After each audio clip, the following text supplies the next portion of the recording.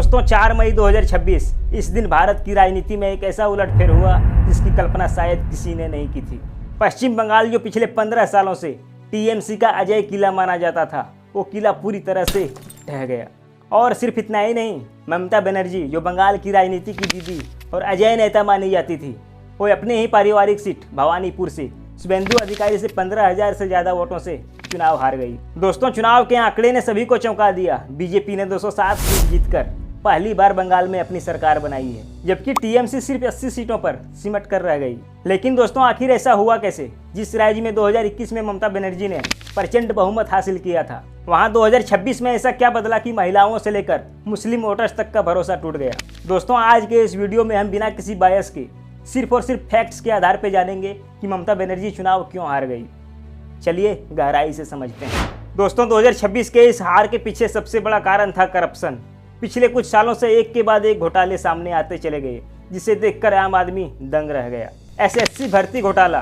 दोस्तों हजारों योग्य उम्मीदवार सड़कों पर बैठे रहे, जबकि टीएमसी के नेताओं के घर से करोड़ों रुपए कैश मिल रहे थे। संदेश खाली घटना। दोस्तों यह एक बड़ा टर्निंग पॉइंट था जब महिलाओं ने टीएमसी के स्थानीय नेताओं पर गंभीर आरोप लगाए, जिससे ममता बनर्जी को महिला हितैषी इमेज पर बहुत बड़ा धक्का लगा।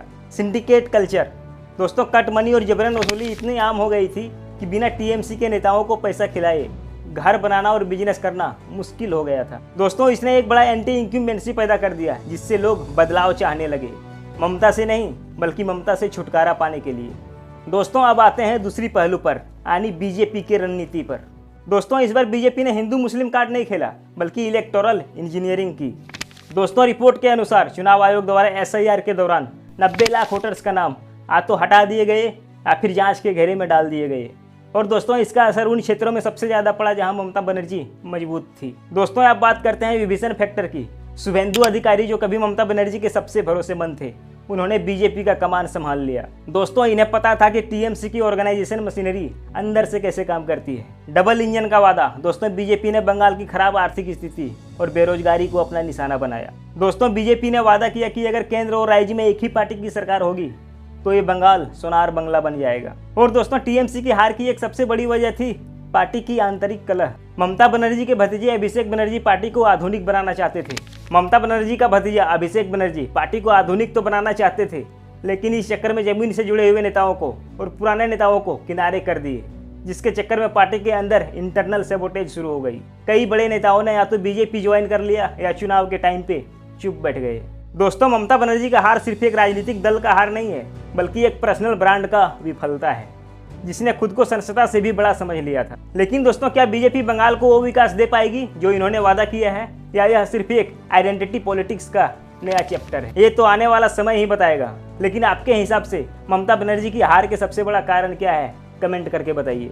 दोस्तों ममता बनर्जी का पॉलिटिकल करियर हमेशा से विद्रोह का रहा है। 1984 में लेफ्ट के दिग्गज नेता सोमनाथ चटर्जी को हराकर इन्होंने सभी को चौंका दिया था। लेकिन दोस्तों ममता बनर्जी के लिए स्वर्ण काल आया 2011 में, जब 34 साल के लेफ्ट शासन को उखाड़ करके फेंकना कोई मामूली बात नहीं थी। दोस्तों ममता बनर्जी की पिता की मृत्यु तब हो जाती है जब ये सिर्फ 17 साल की थी। ममता बनर्जी 1970 के दशक में कांग्रेस छात्र विंग से अपना पॉलिटिकल सफर शुरू करती है। ममता बनर्जी ने हिस्ट्री में मास्टर डिग्री, बीएड और एलएलबी की भी पढ़ाई की। दोस्तों 1975 में इमरजेंसी की घोषणा के ठीक पहले का समय होता है। जयप्रकाश नारायण संपूर्ण क्रांति का नारा देकर देश भर में घूम रहे होते हैं, कांग्रेस के लिए जनमत तैयार कर रहे होते हैं। जैसे ही जयप्रकाश नारायण कलकत्ता के सड़कों से गुजरते हैं, कांग्रेस छात्र संगठन द्वारा इनका विरोध करने का योजना बनाई जाती है। ममता बनर्जी उस समय भी एक जुझारू नेता थी। भीड़ के बीच से निकल के जयप्रकाश नारायण के गाड़ी के सामने खड़ी हो जाती है और कार के बोनट पे चढ़ जाती है।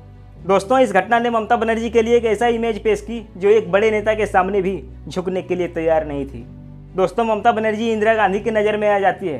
कांग्रेस में इनका कद बढ़ जाता है और पार्टी में इन्हें बड़ी जिम्मेदारियां भी मिल जाती है। 1990 में कोलकाता के हजारा क्रॉसिंग पर एक रैली के दौरान सीपीआईएम के कार्यकर्ताओं द्वारा ममता बनर्जी पे जानलेवा हमला किया जाता है। इनके सर पे चोट लगती है।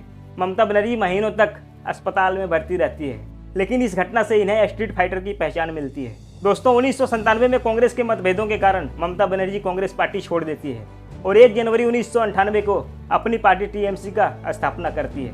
और यह ममता बनर्जी का मुख्य उद्देश्य होता है बंगाल से वामपंथियों के शासन को खत्म करना। दोस्तों 2006 से 2008 तक सिंगूर और नंदीग्राम आंदोलन होता है और ये आंदोलन ममता बनर्जी के पॉलिटिकल करियर को एक महत्वपूर्ण मोड़ देता है।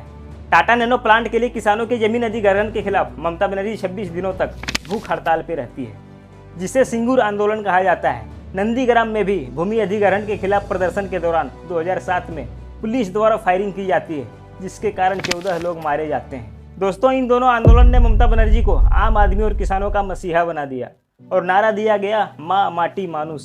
दोस्तों 2011 में बंगाल के विधानसभा चुनाव में ममता बनर्जी की पार्टी टीएमसी और कांग्रेस का गठबंधन होता है।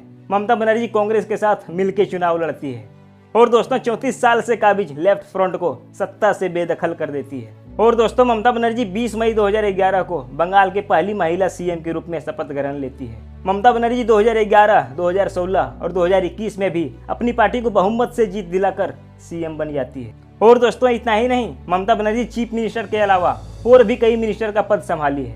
दोस्तों ममता बनर्जी 1991 से 1993 में पीवी नरसिम्हा राव की सरकार में कांग्रेस की ओर से human resources and development minister, youth affairs and sports minister और वुमेन चाइल्ड डेवलपमेंट मिनिस्टर भी रही है। दोस्तों ममता बनर्जी 1999 से 2001 तक अटल बिहारी वाजपेयी की सरकार में टीएमसी की ओर से देश की पहली महिला रेल मंत्री बनी थी।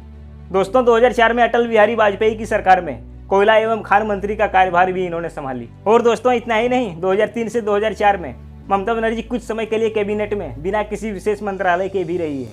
ममता बनर्जी 7 बार सांसद चुनी गई है। और दोस्तों 1990 के दशक में ममता बनर्जी पश्चिम बंगाल में कांग्रेस की अध्यक्ष भी रही है। दोस्तों वीडियो पसंद आया तो लाइक करके शेयर कर दीजिए और इसी तरह की इन्फॉर्मेटिव वीडियो देखने के लिए मेरे चैनल को सब्सक्राइब कर लीजिए। मिलते हैं नेक्स्ट वीडियो में, तब तक के लिए जय हिंद।